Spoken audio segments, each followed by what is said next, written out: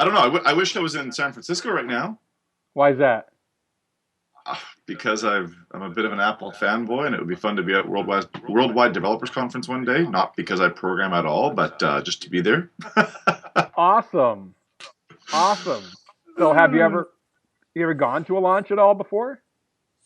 No, no, no, and definitely not Worldwide Developers Conference. It's like I don't know.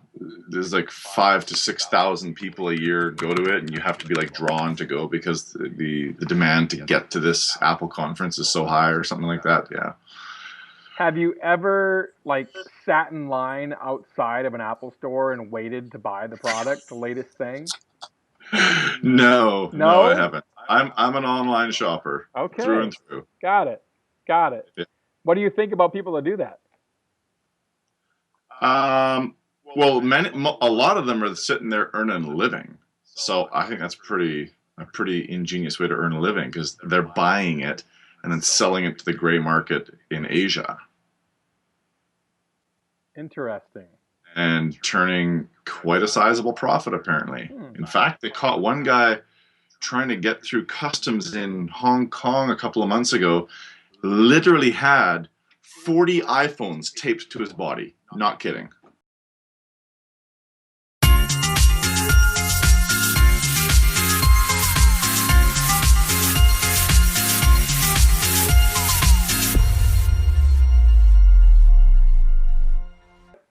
Hey, that's another story and about exclusivity, right? Would This only is be able true. to get your music, Garth Brooks music, from Ghost Tunes. He might have had a chance with Ghost Tunes had he got in a couple of years ago into that business, but I mean, even as we saw this past Monday, Apple just announced Apple Music. iTunes is done as far as Apple's concerned as a positive revenue growth quarter by quarter business model. Streaming is where it's at, and unfortunately, Ghost Tunes is now just getting into owning, which isn't where people want to go. So I don't think they have any chance. I think Apple Music could be a game changer for us in the DJ world too. Depends on where you're at. Some of us don't have that great internet service where we live. Hi, Right. hi, Verdon. How are you? If Hey, that's Metropolis of Verdun, okay? if All 3,000 of us. welcome to the Creating Connections podcast, episode number 17. I'm Gittimer Certified Advisor Mitch Taylor. And on our podcast today, we have from the thriving metropolis of Verdun, Manitoba, Canada, my good friend Dave Tournier. Hi, Mitch. How are you today? Good. Well, welcome to the show, Dave, and so glad to have you on board. Taking the Thanks. place of our favorite shortest redhead that we know. And I was going to dye my hair red for today, but I Oh, wasn't sure what my wife would think of that, so. hey, she's sleeping with a new man. No. We better get on topic here real quick. So on today's podcast, we had a few different things to talk about with different ideas. The Apple Music one absolutely was one that is a topic that will change the game for many of us from a standpoint of owning music versus streaming music and how that's going to affect our DJ careers here in the future. But I wanted to talk also about the power of social media. And then also, we had a post come up that you posted yourself, Dave, in Sales for Event Pros, our Facebook group page. You're looking for sales advice on your business, you can go to Sales for Event Pros, and we'll help you out there with some insight and knowledge from the esteemed members there. And you shared a scenario as well. And we're going to share that today on the podcast, yeah? Yes, we will. Yes, we Awesome. will. And Dave's a good friend of mine I've known for a few years now. Our wives actually went to a Garth Brooks concert together back in November in Minneapolis, Minnesota, and got a chance to meet and hang out, and it was a great time. And Dave is also a past wedding entertainment director as well as myself, and so we've got to know each other through the Wed Guild too. So Yes. now, something here, Dave, and I'm sure you deal with social media quite a bit as well in Canada. That social media has kind of leveled the playing field, right? The world is not as far apart, and we aren't as far flung from each other as we once were. And word can travel really fast. And Yeah. we witnessed that here in the Upper Peninsula of Michigan literally just this past week. And we had a local baker who has a business relationship and establishment inside of a local venue. And there was new ownership change with the local venue, and there was a heated discussion, if you will, on a day in regards to the direction of the upcoming cake business that is there. And there was some disagreement. And ultimately, to my knowledge, the owner of the cake business walked out the door. They assumed he was resigning. He said he was fired, and he let everyone know on Facebook what happened. And he got to Facebook before the venue did, is that right? Yes. Ha, early bird gets the worm. And the social media uprising that happened from that, I found absolutely fascinating. And how many people came out to support this local baker, this local man who had poured his heart, his soul, his energy into building that venue up and building his cake business up over the last, gosh, at least as long as I've been here, and probably way before that. And for me, it's been over a decade now, 12 years in this area. So it's amazing to see the outreach that he has had and how people stick together. And it was against the corporation, that took over, kind of thing. And it was amazing to see how many negative reviews were posted to that venue's Facebook page and the outpouring of support for this man and what happened. Wow.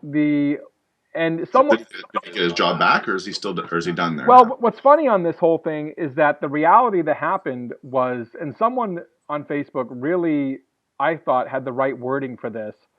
They said it was almost like a lynch mob. The social media mob got its way, which is exactly what happened, because the social media mob, it had over 800 shares, which for our area is pretty big. Wow. So to have it's like half the town, right? Well, no, Marquette is where this business was located. It's 20,000 people. Okay. But still, to have 800 shares and have that many people putting one-star reviews and negative comments on that venue's Facebook page, they shut down the Facebook page. Now, the next day, they came back. The two sides came back. Cooler heads prevailed. And now this man has his job back and has his business back inside of the venue. And for now, everything is copacetic. But it's just amazing to me, the power of social media and how quickly things can turn. Well, and I wonder, I mean, obviously there's this, lone individual versus the corporation, right? And that's a battle that, is often fought somewhat publicly at times. David versus Goliath. Right, absolutely. Right. But I mean, I wonder, had the company got onto Facebook first and shared their story, because obviously I haven't seen the post, but this man obviously wrote some story of some sort, because people connect and gravitate and are moved emotionally by story. It's not just he probably didn't write, "Oh, the stupid company, they fired me." He probably shared something that connected with people. And I wonder what would have happened had the company got on there before he did. Well, in this instance, I don't think it would have affected much, because the company is new to the area, while the business has existed for many, many, many, many years. Right. And it's a good business in the area. The new owners really are just now kind of getting adjusted, if you will, to life in the Upper Peninsula and the way of things are done here and those kind of things. So I don't know if they had the connections, and that's what our podcast is about, right? Creating connections. Yeah. I don't know if they had the connections to truly survive that kind of backlash. So I feel their only play, the only card they could have played and hand they could have dealt with, was actually bringing them back. Right. I mean, yeah, the power of social media is really transformative. I mean, I'm not sure how many of the American listeners might know about this story, but the Canadian listeners certainly will. Last year, the most high-profile radio host in this entire country was let go on a Sunday. His name is Jian Ghomeshi, and that evening, Gian posted on his Facebook page, a whole story of what was going on and why people should feel sorry for him. And the likes on his page, literally in a span of like 3 or 4 hours, because people are sharing this on social media, went from like 50,000 likes, literally to over 100,000 likes on his page. People connecting with his page. Wow. And the next day, when it came out, the reason he'd been let go is because he was using his position of power to get women into BDSM situations that were non-consensual. People actively went to his page and unliked it, and I think it's well below 10,000 likes now. Wow. And that literally happened in like 48 hours. So complete 360.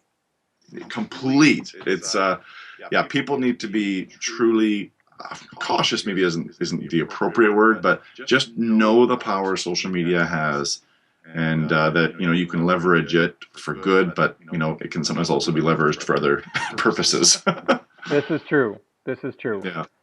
So just a cautionary tale for those of you who are online, and I know a lot of DJs and event pros are online, and I know some friends of mine who speak their minds and say what they want to say and don't care about anybody else.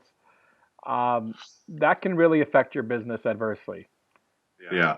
So, and I suppose anybody watching this is probably online, but if you don't have a huge social media presence online, don't think you don't still have one. Because people are talking all the time about you, whether you're online or not. You still have a social presence. Absolutely. It might not be on social media. Yeah. Google your name every now and then. See what comes up. Yes, exactly. That's extremely important. Not only your name, your company name, your city, and then see where you rank and how quickly you hit the top of Google. You may be the first, second, third results. It may take you a while. Depends on what you've done for your social media homework and marketing strategy. That is true. And I should say, quick caveat, I certainly don't claim to be a social media expert. Anybody that goes to look at my special request weddings, my company Facebook page, you'll see that my posts are horribly infrequent. And my reason for that is, I suppose, tied into the Creating Connections idea of this podcast, is that whatever I write there, I want it to connect with people on some level. I want there to be a story to it. I want there to be some reason for them to engage in that post. And unfortunately, that takes time and effort a lot more so than, hey, listen to this great track today, or hey, look at my new speakers. People don't engage with that stuff, so I don't put that there. So that's fair. I think it's important to have a social media presence. I think it's important to be posting. We've tried to post at least 5 times a week is our goal. Yeah. We have a specific social media calendar that we use. But again, every business is different. There's no right or wrong. The wrong, I think, would to not be on social media. I think it's a case of, some people say, oh, that's a fad. It's gonna pay. No, sorry, it's here to stay. Hate to tell you this. Yeah. Well, and honestly, and even if it is a fad, for those 3 or 4 years, your business can die if you're not a part of that fad. Yeah, it can have a significant impact. Everyone's always asking, what's the ROI? Word of mouth. Isn't that the strongest form of advertising? 100%. So it helps to effectively increase your word of mouth, and that's what we're going for. So let's chat. Let's chat about your post in sales for event pros there, the email exchange, right? Sure. Yeah, I guess to sum up quickly for everybody that hasn't seen it, and if you haven't joined that group yet, find it on Facebook. I'm sure Mitch will share the link somewhere below the video or within the content of this. But it was basically an inquiry that I got via email, which happens, somewhat frequently. They don't all come through my website. They don't all come via a phone call. And in the email, she had not even stated the date for her wedding. Actually, just said, "Hey, thinking about somewhere here, end of 2016. Can I get a rate?" And I'll share this with your listeners. My reply to any inquiry I get that has no phone number is quite simply, and it is always the same: "Thanks so much for getting in touch. What is your phone number, and when is the best time for me to call you?" That's it. Thanks, chat soon. Smiley face, Dave. Yep. That reply works 98.5% of the time. Obviously, I'm making that number up, but very seldom that it does not work. Okay. And it works for a variety of reasons, I think. They haven't gotten any information from me that they're wanting, and I'm showing them where they can get it and how they can get it. And yes, it's not 100% for everybody, but it's the way I feel that I communicate what I do best. And I was inspired by a blog post that Seth Godin wrote through, God, 3 years ago maybe now. It's called Why Lie? And the overall position of the blog post is a little different than the context I'm going to provide right now, but the one bit that I really took away was that people are always making exactly the right decision for themselves based on the information they have, know, and believe. Yes. And I've taken that and flipped it and said, okay, so I'm the conduit for that information. If I let them make a decision based on what they know about me, whether it's true or not, I've done them a disservice, because what if they, their idea of a DJ or their idea of a planner or whatever it might be, right, whatever your job might be, they're going to base their decision on whether to contact you anymore based on what they already know about your field. And that may be a disservice if what you do is remarkably different than what the general consensus is in your field. Well, that's just like, it's similar to our approach with tailored weddings and the sales and solutions workshops. And that is, when you first get together, most DJs are trained, and I'm giving away part of the workshop here in the podcast, but that's okay. You're not getting the critique or anything else. And it's also going to be available in my Sales for Event Pros book coming up. So what the heck? Nice. cheap plug. So the thought process of most DJs is that when a couple comes in for the meeting, you're asking them all about them, right? What do you do, and where are you from, and what are your families like, and how'd you guys meet, and all those typical things we've been taught. I would argue that that's not a good approach, because typically when a client comes in, they are not acclimated to your surroundings. That's either a place you go or frequent, whether it's a coffee shop or something like that you've been to before. Or the only time that's reversed is if you go meet them at their home or something like that, right? But they're getting to a place they have to acclimate themselves. So think about yourself and how you would arrive to some place, and all of a sudden you got some dude just hammering you with questions. No. Yeah. So we flip it kind of the same as you, but in the meeting from a standpoint of, well, what do you know about tailored weddings? I want to make sure we answer all your questions here today and fill in the blanks. What do you know about us? How did you hear about us? And we get that ball rolling. So now they get comfortable talking first. Right. And then you're able to fill in the blanks in regards to what you do. So now you can talk, you're just getting a little bit out of them. Now you can talk and help them, get them at ease in the situation, right? Right. And then you can go forward with asking them questions about themselves. Right. Well, and I guess that's what's interesting about this situation. And I suppose I should explain a little bit more for those watching. But in this situation, the individual did not want to provide me with their phone number. They said we would simply rather communicate by email. And yeah, I mean, that's not the most comfortable for everybody. And my response, and the topic that I decided to share with the group, was that my response indicated that I don't communicate what it is I do very well via email, and if they'd like more information, they can let me know and we can speak. And I don't know that a lot of DJs would have said that or communicated that. Most would tried other things. I don't like beating around the bush. I also don't have time for it, and I don't think they do either. I think it's a case of you have to look at your business plan and decide what works best for you. For myself, being in a small boutique multi situation, then that wouldn't work for me in most cases. But from a standpoint of yourself, where you are limited in regards to, you want to work for the absolute best couples you can and get ones that will refer you more and everything else, that works for you. Because I've been there too. I've been the single op, in a small town. So yeah, I totally get that approach. Yeah, and that should be made explicitly clear, and maybe wasn't made so clear. I'm glad you brought that up in it wasn't made clear in the Facebook post thread that was going on about this, but I am a single op. There is just me. I don't have any other, DJs who I'm trying to book work for. So I have the incredible opportunity to reserve myself for those who I think I'm going to connect with the absolute best. Yeah. And I mean, I tell people flat out. So in the phone call where my purpose is to book a meeting, I will say to them, one of the reasons that I don't take on, and this is a company policy, those viewers out there might be surprised, but I don't take on a couple until we've had a chance to meet, either in person or via Skype, FaceTime, whatever. Yeah. And the reason for that, and I tell people on the phone, is you need to know that you're really going to like me, because we're going to spend a lot of time together working on your wedding ahead of the time. And I need to find out if I like you. And I often leave a little pause there before I follow up by saying, not only do I have to make a living from what I do, but I have to enjoy what I do. It's absolute paramount number one. And I need to enjoy the people I'm working with. And there's often this moment on the phone, and sometimes it'll come out in their voice when they say the next words, but I can tell that often they're feeling, well, we're good enough for him. Yeah, we are. We're going to prove it when we meet with him. You know what I mean? Yeah. There is that. There absolutely is that. I've seen that before. I've experienced it before. Yeah, it's a fine line you have to walk carefully, because it can sound really arrogant. Yeah, it can.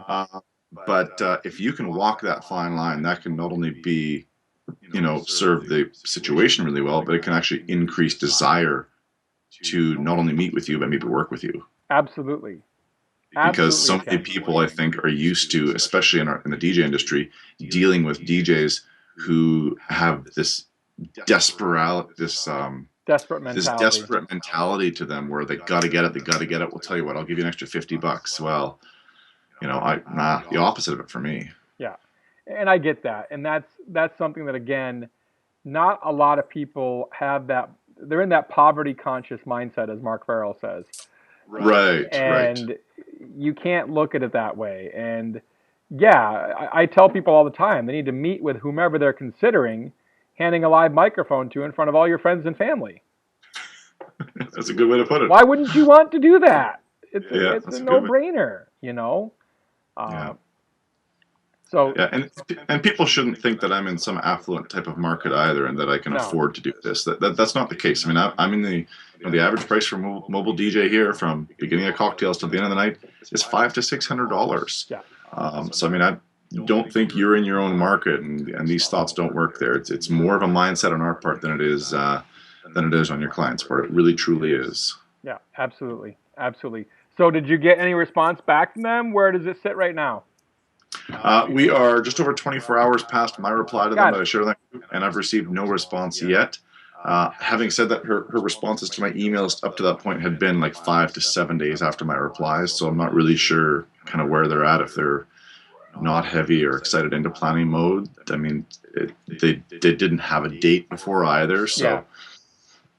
What is curious about this is that, it is a referral from a photographer friend of mine. In fact, not only a referral, it is a family member of hers. I believe it's a cousin. So, okay.